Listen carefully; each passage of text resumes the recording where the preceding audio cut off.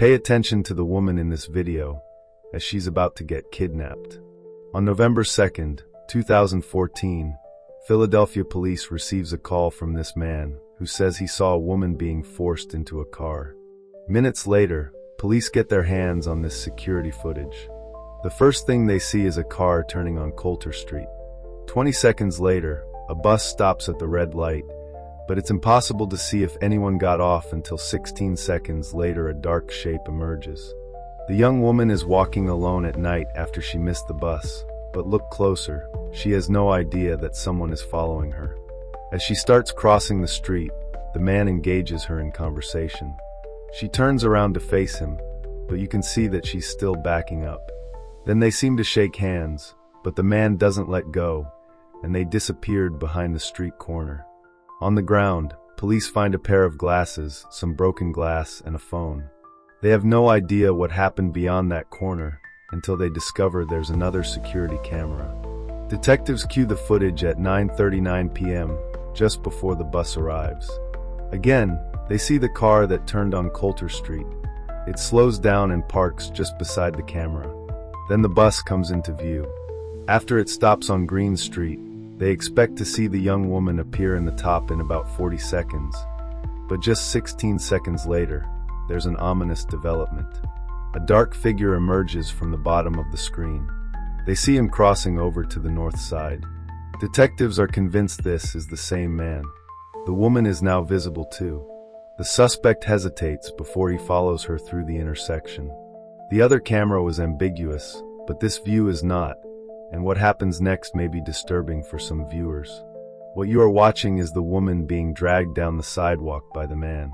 Although she's fighting to get away, he completely overpowers her.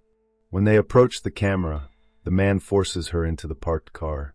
At the last minute, it appears she is trying to get away, but look closer. She does something that could save her life. When police review the footage, they see the woman is carrying her cell phone while the man forces her down the street. But seconds later, she drops it on the ground. With her cell phone, police can finally identify the kidnapped woman, 22-year-old nursing aide, Carlesha Freeland-Gaither. As detectives are re-watching the footage, they notice something else in the recording. At the top, there's another dark shape that appears to be walking around in the street. This is Dwayne Fletcher, the same man who called 911.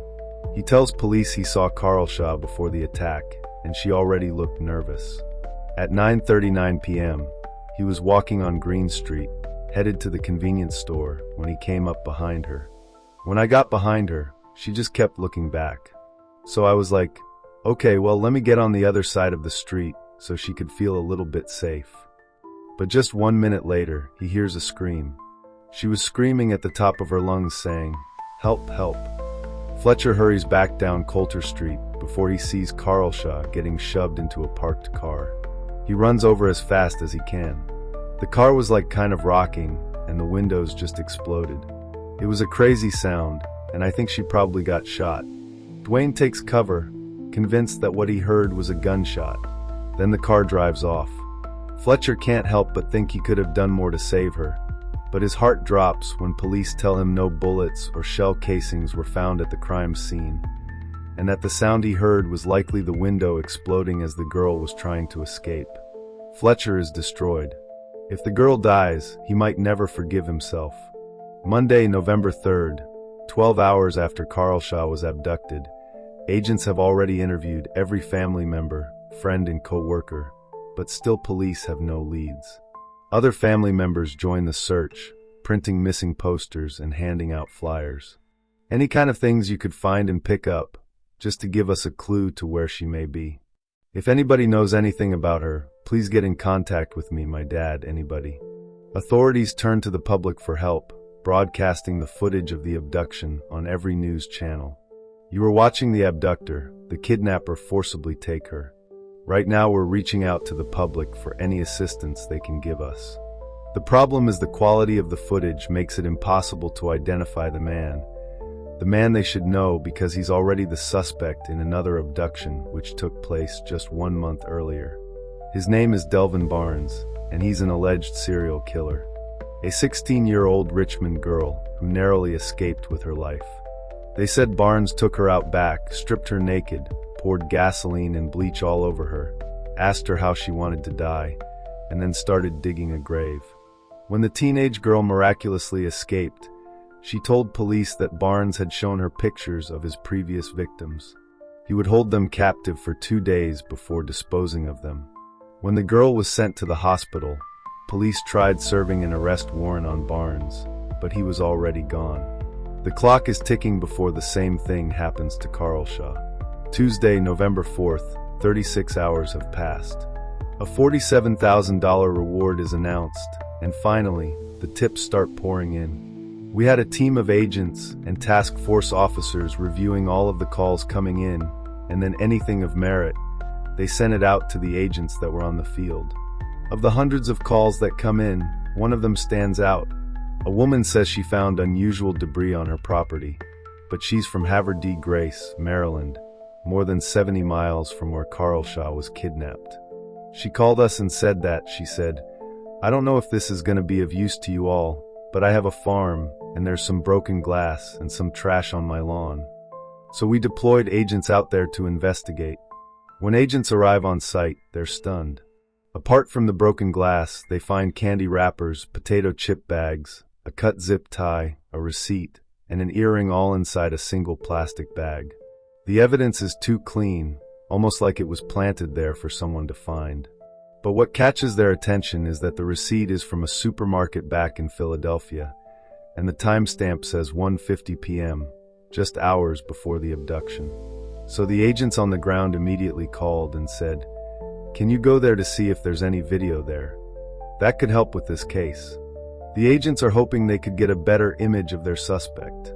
At 1:43 p.m. in walks a man wearing a black hat, a dark hoodie, and pants, just like Carlesha's abductor. He puts his hand up to his face, seemingly trying to hide his identity. The problem is none of the camera angles gives them a clear view of his face. And while the footage is shared with the public, there's little chance it will help the investigation. But the FBI have worse news. Back at the farm in Maryland, Special Agent Percy Giles makes a disturbing discovery when they find car tracks that lead into a nearby body of water.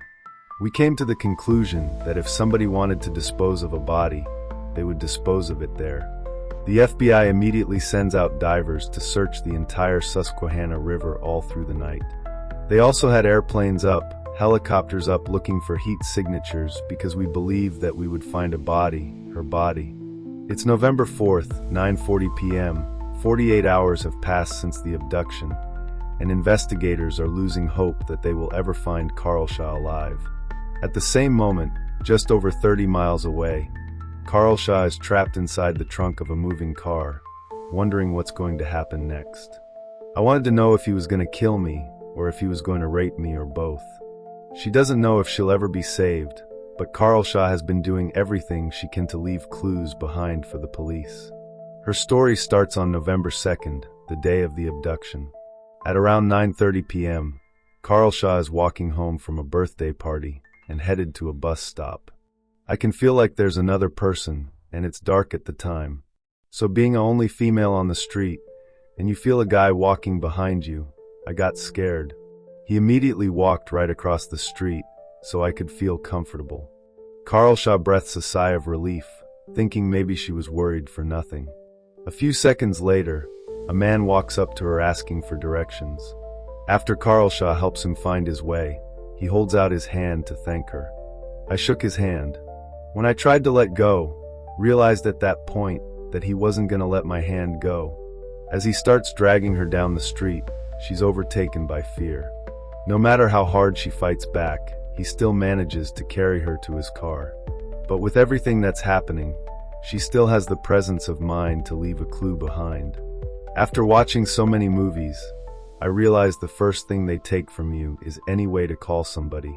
It was like either take it with you, and he can throw the phone out somewhere where no one will find it, or keep your phone over here, where hopefully people that know you know this is something that you rarely do, and they can find you.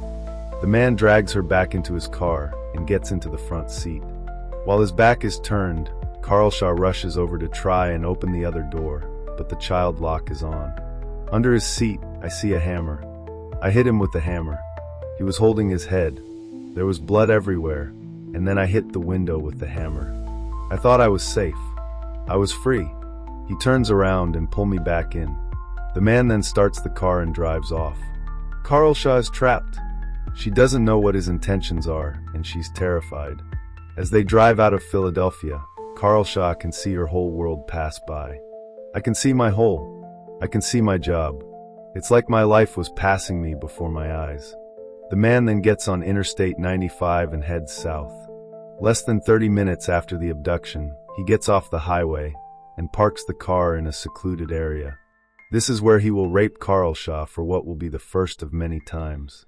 Tuesday, November 3rd. Carlesha is locked in the trunk of a moving car when she feels it slowing down in a rugged area. When the man opens the trunk, she finds they're parked in a field, far from any house or passing cars.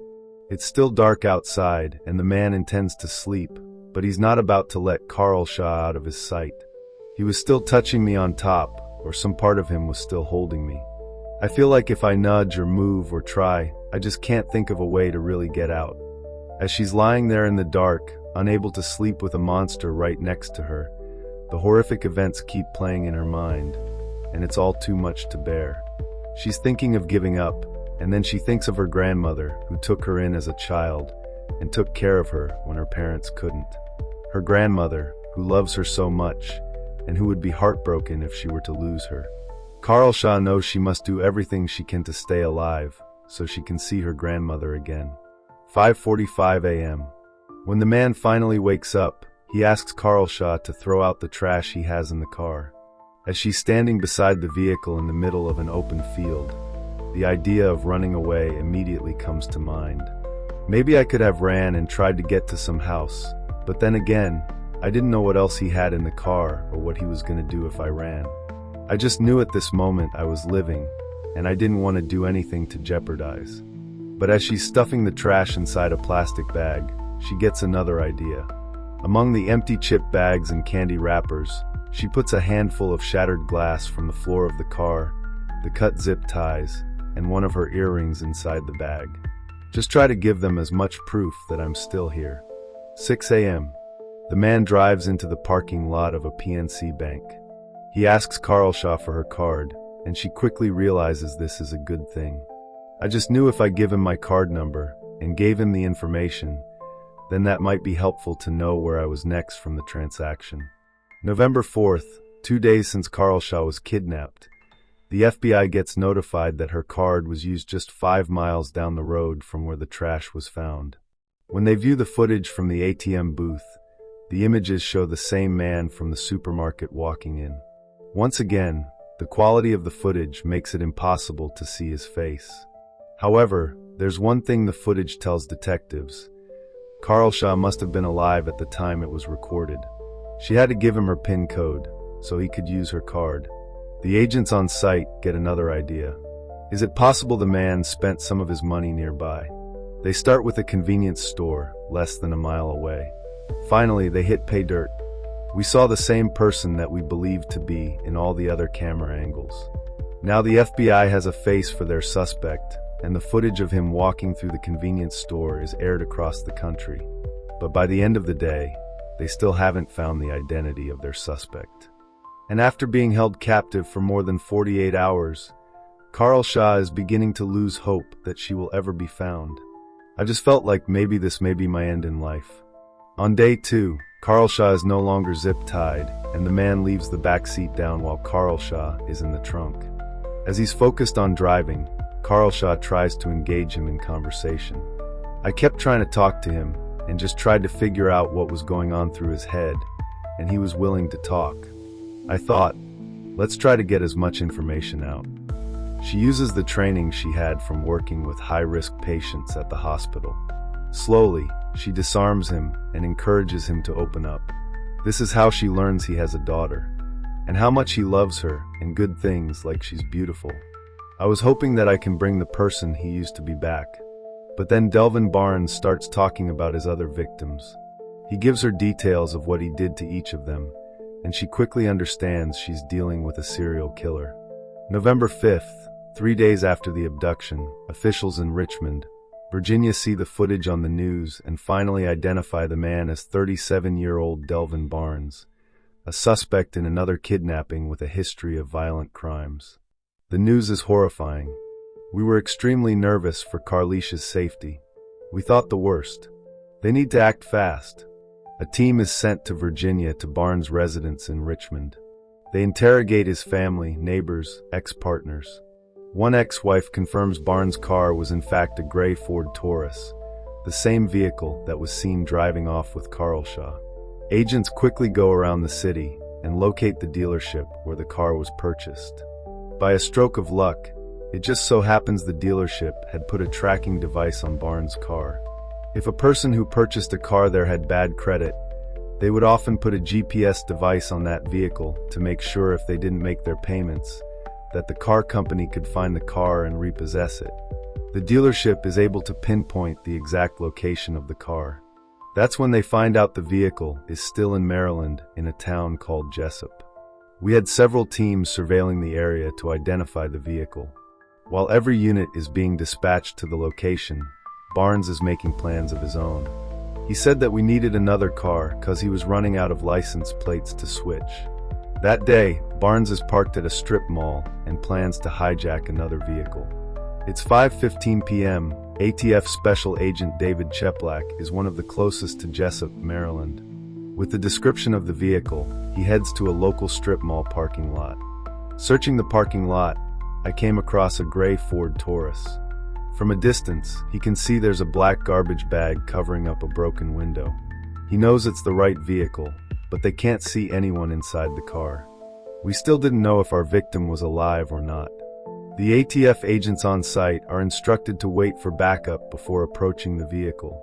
Agent Ralagoas had essentially decided that if that car starts to move, we're taking it. And then, oh God, he just came from the back seat. We automatically all sprung into action. Agents surround the vehicle in a hurry. While Delvin Barnes is sitting in the driver's seat, the agents point their guns at him and put him under arrest. He had no idea we were coming. He had no idea what was going on. Once I realized that Mr. Barnes was already in custody and that my team had everything under control, I approached the vehicle. The agents then make their way to the rear door, but the window is blocked by the garbage bag. They still can't see if Carlesha is inside the vehicle until finally he opened the door. I could hear from the agent's cell phone in the background. "Oh my God, she's here." She asked me, "What is your name?" And I told her, "My name's Carlesha. I'm the one you want." Carlesha Freeland has been rescued. Her abductor has been arrested. Once I realized that I was being rescued, I felt at peace. Just very happy to know I'd be going home, to know that I'm going to live, to know I'm going to be safe. Carlesha is taken to the hospital, where finally she's reunited with her grandmother. When they allowed me to walk into the room, and Carlesha saw me, it was too emotional for me. Now that she's safe in her grandmother's arms, Carlesha is finally able to rest knowing she fulfilled her promise. When news of her rescue is shared with the public, Dwayne Fletcher, the man who witnessed the abduction, can finally breathe a sigh of relief. And while he blames himself for not doing enough, others see him as a hero in this story. Dwayne Fletcher got a hero's welcome in City Council, credited with helping save the victim's life. When she learned about what Dwayne Fletcher did the night of her abduction, Carlesha wanted to reach out to express her gratitude. 1 year after the incident, they finally spoke on the phone. It was so unreal. It was beautiful. Just like my grams, all over like. While he maintains that what he did was just the right thing to do, Fletcher sees Carlesha's rescue as a turning point from his troubled past life. Today, Fletcher owns a boxing gym in North Philadelphia, where he teaches young girls and women how to defend themselves. He says he wants to make sure that what happened to Carlesha never happens again. As for Delvin Barnes, 3 days after he abducted Carlesha Freeland-Gaither, he's interrogated by federal agents. He confessed to abducting her, sexually assaulting her, and he confessed to everything. Barnes pleads guilty to 1 count of federal kidnapping and is sentenced to 35 years in prison. Because of Carlesha, his reign of terror has finally come to an end. I'm still trying to deal with it, still have really bad nightmares, and, I get scared to even be in my house. but I just try to take one day at a time and just try to say, hey, this is your second chance. Today, Carlesha is a mom, and she embraces every moment with her son. Just watching him, he reminds me of what life is supposed to be, how happy and innocent and free you're supposed to feel. When she looks back at the events of 2014, Carlesha says she's glad Barnes picked her instead of someone else. It was something that was meant to happen. God needed me to go through it, because it was something that I can handle. I'm happy he chose me, because when I think about somebody else, I wouldn't want to put them through that. I'm still here, and I'm still living, and I get to still tell my story, and hopefully help somebody else. Carlesha's story tells us that even when the odds are stacked against us and things seem impossible, we must never give up.